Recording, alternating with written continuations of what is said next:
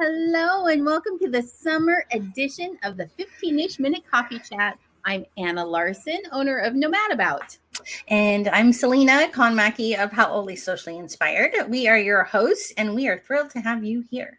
Yes, we are. Today it is just Selena and I bringing you our favorite tips, our favorite tricks, and just some of the stories from our own entrepreneurial journey. Yeah, like a real this is how me and Anna talk, not that we're not real with our guests, but there's no guests, no pressure, and it's just us sharing the real Anna and Selena, the real Anna and Selena. the real Anna and Selena. That's right. Yep. So today's topic is going to be kind of fun because we're going to Yeah. be talking about how do you manage finances in your biz, which kind of a big, That's a big question. topic for just 10 minutes. Yeah. Right? You're either somebody that probably hides your face in the sand because you're like, I am not answering that question, or you bull-faced lie, or you say what you really do. Yeah, I'm going to be really honest. This is one of those questions that I'm hesitant to answer because this is not my strong area. This is not my strength. And I like to feel confident, and I don't feel confident in this area. So I'm just going to throw myself a little under the bus right here from the start. No, I know I can, you know what, Anna, I can relate. And I think there just came a point that I was just really tired of being scared and unsure. And I looked at my finances, and I knew I could afford a bookkeeper, and I went that route. You know what I mean? And she's taught me a lot, you know what I mean? That if I needed to take a break, I guess I could, but I don't want to, because I think she allows me to not feel what you just said is I cried every time I had to do taxes. And you should not be just managing your finances once a year.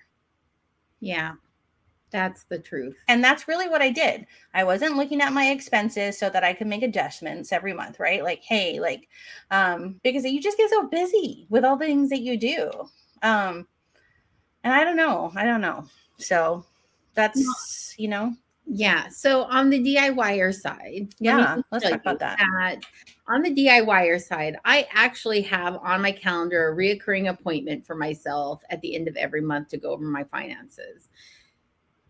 Okay, I want to ask you this. Sometimes I have skipped that appointment because something else has jumped into the way. I was just going to ask. I mean, it's been 6 months out of the year, so I'm just going to say at least half of them I have not made. That appointment I set with myself. That's good though. You still, if you've gone 3 times, or we're in May, so you've twice, you know what I mean? So far, you've started it, right?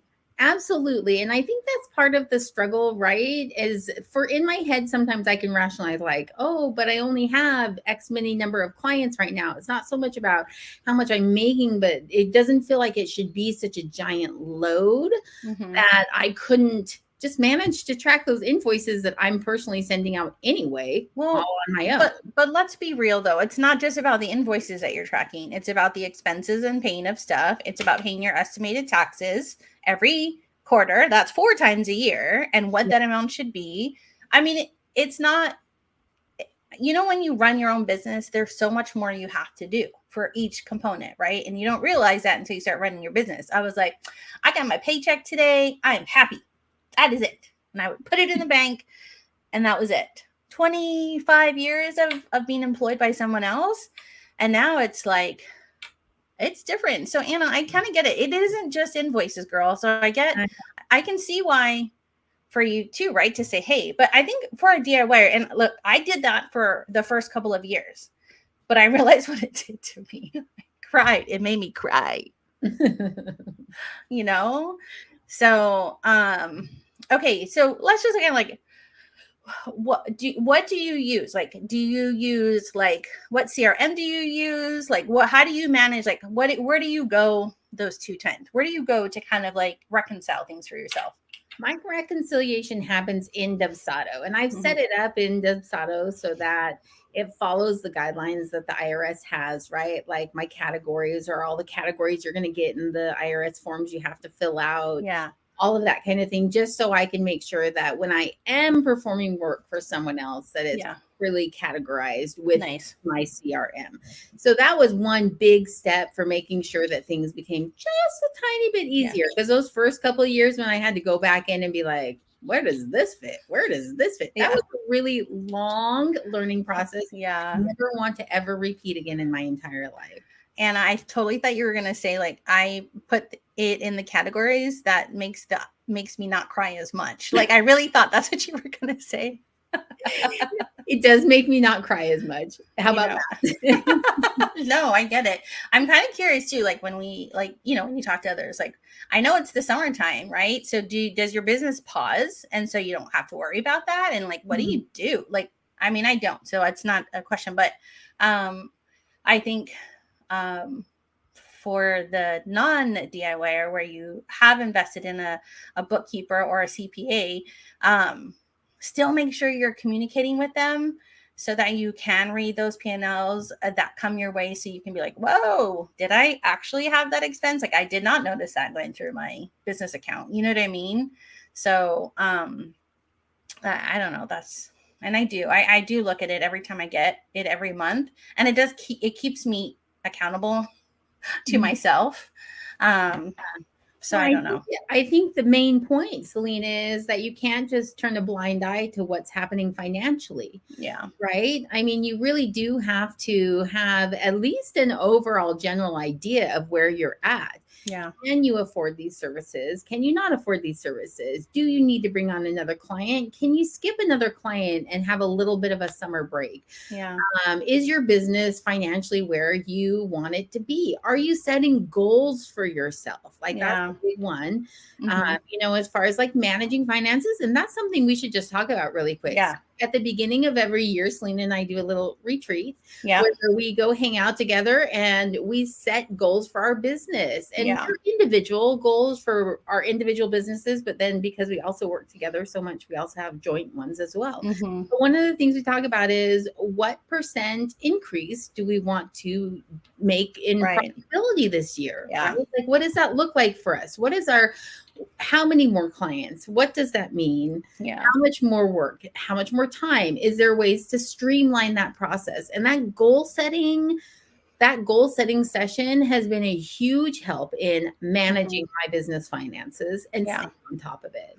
No, totally. And you know what? I'll be honest. Like, I remember the first time Anna and I had our little together, and she asked the question, like, so what's your financial goal? And I just looked at her and I was like, I don't know. Like, and I realized I knew what I was making, but I hadn't applied that. Right. So now it's like exciting to see, like, each year you go, okay, I want to do 10% more than I did previous year. And you put it in and you see wherever you're watching your incoming money and, okay, we're hitting the goal. But I mean, again, it also lets you, like, I hate saying that friend's term, but pivot if you need to, because you're like, oh, dang, I'm like not even halfway to my goal. And it's half the year has gone by. Right.